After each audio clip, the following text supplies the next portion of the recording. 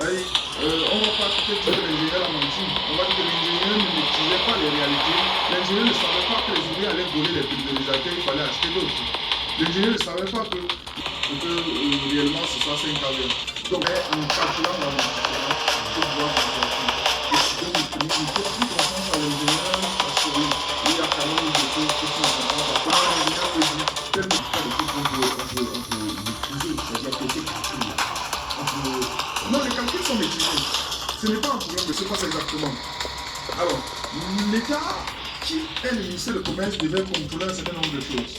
Lorsque le gars, il achète, effectivement, il vient au Cameroun, il voit que le concurrent vend la puissance qui est double au prix équivalent qu'il veut vendre.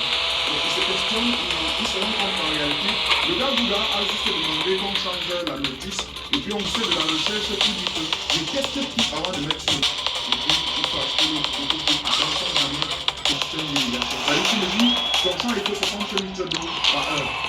J'achète une motopomme qui fait 60 litres d'eau par heure, mais sur le champ, ça ne fonctionne pas. Parce que ce qu'on lit sur la notice, tout que les termes non sérieux, on ne sait pas. Parce qu'ils ont vu ça chez un ami à c'est 500 chez eux.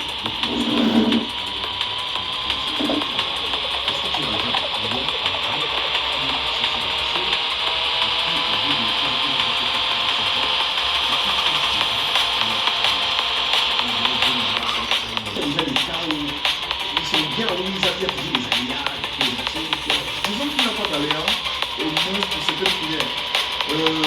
On va dire qu'il y a des aléas forcément, mais on va dire que nous avons réussi à mettre en place un mécanisme qui permet de résoudre le maximum d'aléas. Dans ce que nous appelons l'itinéraire technique, qui est l'ensemble des processus à exécuter pour réussir un projet agricole. Alors, lorsque c'est respecté, forcément le résultat est là. Et c'est donc pour ça que les gars ont dit la terre ne manque pas. Je peux prendre l'exemple de mon papa qui n'est même pas discutable. En 2017, nous étions essentiellement concentrés sur les maraîchages du village. Je dis à mon vieux que bon, j'ai découvert pendant un stage qui fonctionne. C'est ça qu'il faut faire. Là, il me dit non, ce n'est pas possible. On ne peut pas pendant 70 ans faire la petite pomme de terre, alcool, machin, pour se nourrir, tu viens à la veille de la mort pour nous raconter des histoires. Mais comme mon père m'écoute, parce que je fais partie des derniers qui est resté disponible, je dis ok, on va continuer la parcelle.